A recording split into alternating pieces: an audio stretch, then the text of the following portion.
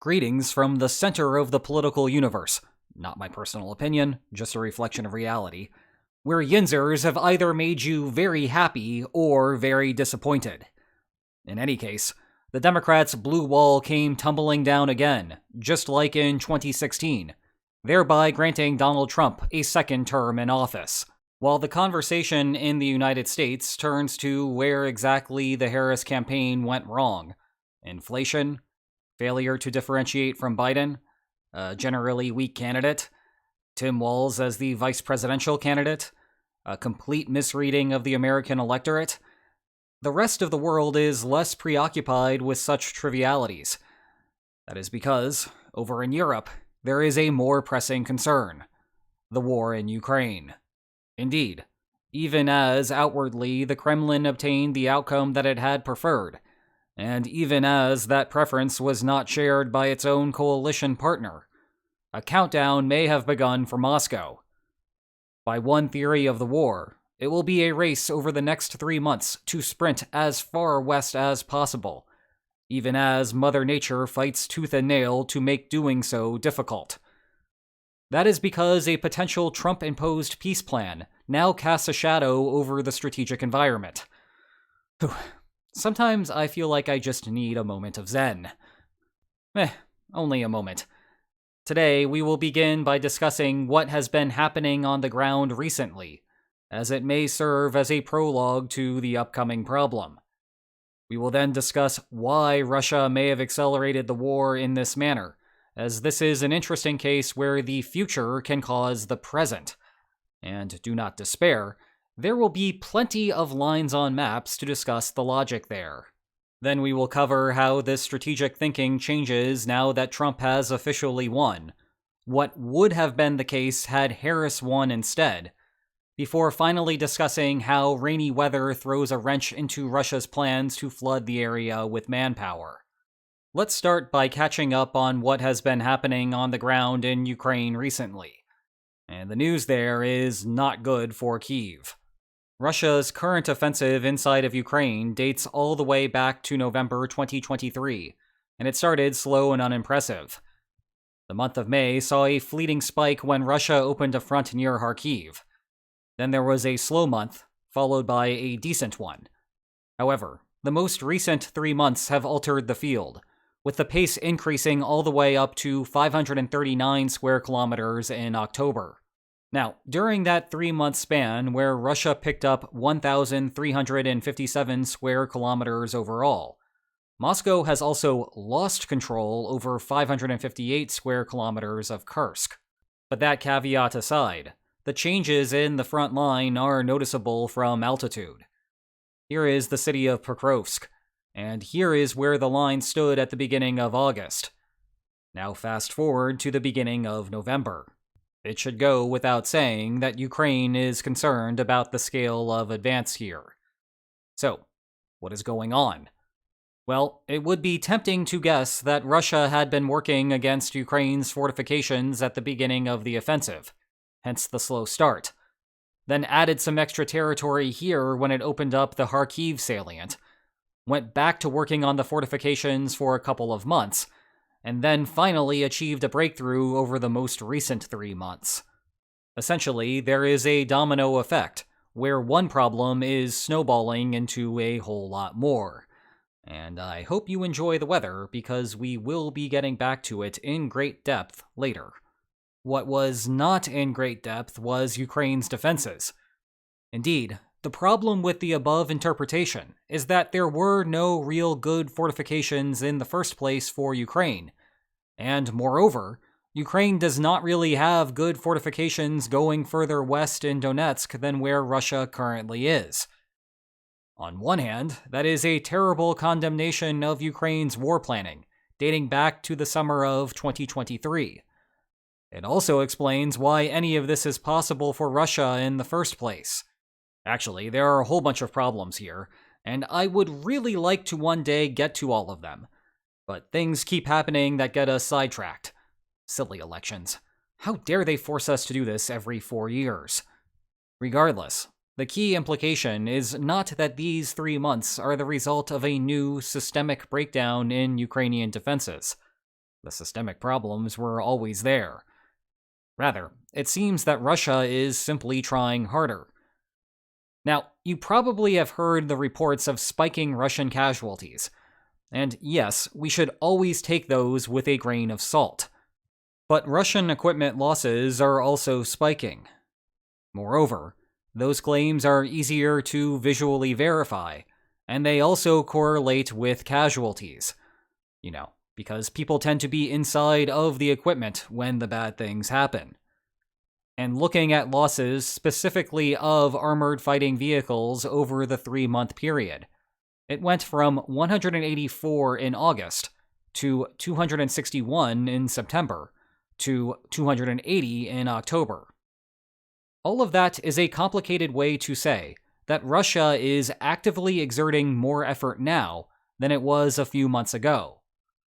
So, going back to the monthly territorial loss figures, yes, Russia is gaining more, but it is just doing what it might ordinarily do in a compacted time frame. Of course, on the grand scheme of things, it is not a crazy amount of territory. Even if we average out just Russia's 3 most successful months, it would still take 110 years at that pace for Russia to conquer all of Ukraine. And that assumes away the problems that would come with further overheating an already overheated Russian economy. But Ukraine is losing a lot of ground nonetheless. Still, just as important to the overall puzzle, it appears that Moscow is also paying a commensurate cost for that faster pace, if not possibly a premium. Now let's pivot to a theory as to why Russia accelerated over those 3 months. To frame the conversation, think of what we are about to do here as a logical test of an explanation that is already being discussed in Ukraine. Let's rewind to July. The Kremlin, just like the rest of us, did not really know who was going to win the election. Biden had just concluded a dud of a debate performance, thereby putting Trump in the driver's seat. At his peak on July 15th, the betting market gave Trump a 68.2% chance of winning the election. Even after Harris became the apparent nominee on July 21st, Trump remained the favorite at the end of the month, though at a more modest 54.6% chance. Now, both Biden and Harris represented a continuation of current U.S. policy. In contrast, Trump had long been promising an end to the war. Of course, how exactly that would happen was not spelled out. The most frequent premise in that conversation was that Trump would cut aid to Ukraine. But longtime lines on maps enthusiasts know that increasing or decreasing a country's share of power does not end conflict. Rather, it just shifts the expected outcome of the war, increasing the benefactor's demands and negotiations and decreasing the other side's demands. A more plausible plan that we discussed before, and one that 2 Trump administration officials briefed the former president about in June, addressed that logical gap. Basically, you pick a settlement. Then, if Kyiv refuses it, the United States cuts military aid. Meanwhile, if the Kremlin refuses it, then the United States absolutely floods Ukraine with weapons. So the expected outcome if Ukraine insists on continuing might look like this, while the expected outcome if Russia insists on continuing might look like this. The fact that US support could sway the expected outcome of war so much has 2 critical consequences. 1, it renders irrelevant whatever bargaining friction that may still be underlying the war. And do not forget that war requires both a substantive disagreement and a bargaining friction to happen. Otherwise, the costs allow the parties to find a settlement instead. And 2, there are tons of possible settlements that each side would prefer to refusing the deal. Heck, the range is even bigger when you factor in those costs. From Trump's perspective, it appears that he does not much care about which of those deals is the one that is ultimately implemented, just that the war ends. Now, to be clear, such indifference on Trump's end remains up in the air. It is a question that will dominate the discussion surrounding his foreign policy in the upcoming months. And it is already something being lobbied over, only hours after the election ended. And hopefully for our sake, the lobbying will have a shorter word count in the future. But given Trump's indifference on which division to implement, whatever the status quo is at the time of negotiations will be a focal point for writing down the terms of the armistice, with some adjustments like what to do about Kursk. The status quo is basically the path of least resistance after all. Putting all of this together, think about the incentive structure that the Kremlin encountered over the summer. In a relatively short time, it was possible that whatever the future frontline would become a frozen frontline. So, if the Kremlin's long-run optimal number of casualties to suffer per square kilometer of territory gained was, say, X, and I will let you pick your own number for that, well, that could be thrown out the window. There may be no long run anymore.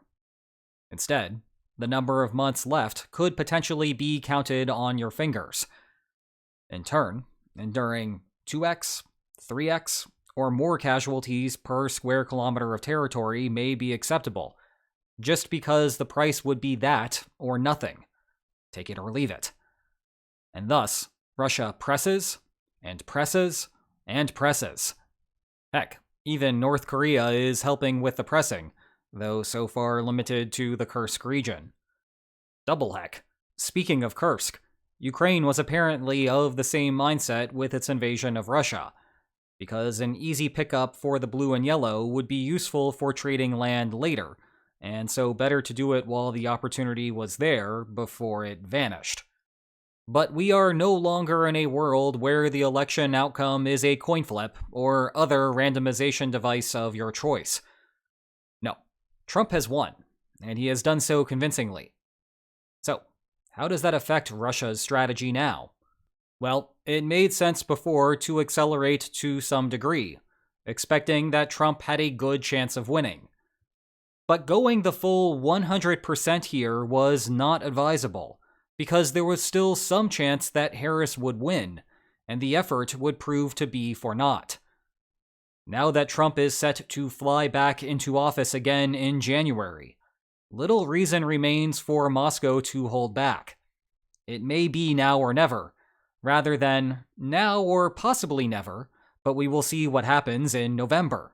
Thus, retrospectively, the Kremlin will regret not having put in more effort before, and would want to try to make up for it now.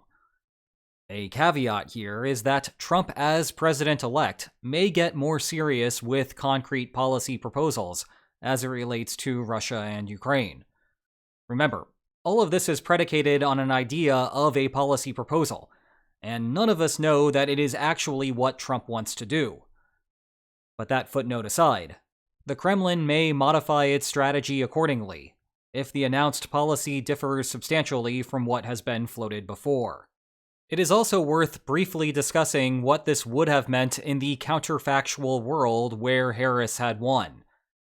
If that had been the case, then Russia misallocated its resources for the past few months, incurring more losses than what is sustainable, recruiting at rates that is hard to justify, having to outsource operations to North Korea, and heating up its economy to dangerous levels. As a result, the Kremlin would have wanted to pull back post-Harris victory, because the window of opportunity for Russia was no longer there. That would have not meant completely ending the pressure along the Eastern Front, of course. Far from it. It just would have indicated to Moscow a need to find a steady pace that would work over the course of a long war, not a fight artificially capped by a shadow of an external intervention by the United States. But that is no longer in the cards. However, regardless of the comparison between the hypothetical and the apparent, there is a major confounder here. Rain. That's right, the shirt is back again. November coincides with the traditional start of the bad weather season in Ukraine. It is the same thing that caused Russia's invasion of Kyiv to flounder. And it is actually worse now that we are almost 3 years in, with active combat zones having rubble for roads and water-absorbing vegetation replaced with no man's lands. Thus, even if Russia wanted to amp up the effort now, with the clarity of an impending Trump victory, the returns on investment are going to be harder to come by. That, in part, helps explain Russia's earlier push. You see, waiting around until there was clarity regarding the election would not help, because the weather would counterbalance it. But you can also see how this presents a problem for observing what will soon happen in terms of gathering evidence for the theory, once more as is currently being discussed within Ukraine. From an observer's perspective, it will be difficult to register any intended increase in Russia's pace when Mother Nature is acting as an even larger counterforce. However, if we continue to see increases, or even a steady state at such high levels, well, that is bad news for Ukraine, because it means that Russia is capable of doing that, despite the weather. Rain is also a confounding factor for the election theory more generally.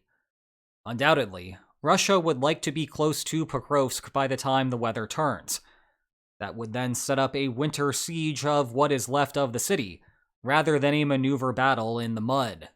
As such, there are again extra returns for overexerting effort before November, which is just coincidentally when the election takes place, to make the fight easier later. However, it seems unlikely that Russia will get into the deep end before things get wet. For comparison, this is where Russia was in relation to Bakhmut at the beginning of November 2022. And this is how far away Russia is from Pokrovsk at the beginning of November 2024. All of that is to say that interpreting Russia's motivations here is a challenge. Meanwhile, what is not a challenge is ordering an excellent book or two on the war. All you need to do is check the video description below and click a few times. And if you enjoyed this video, please like, share, and subscribe, and I will see you next time. Take care.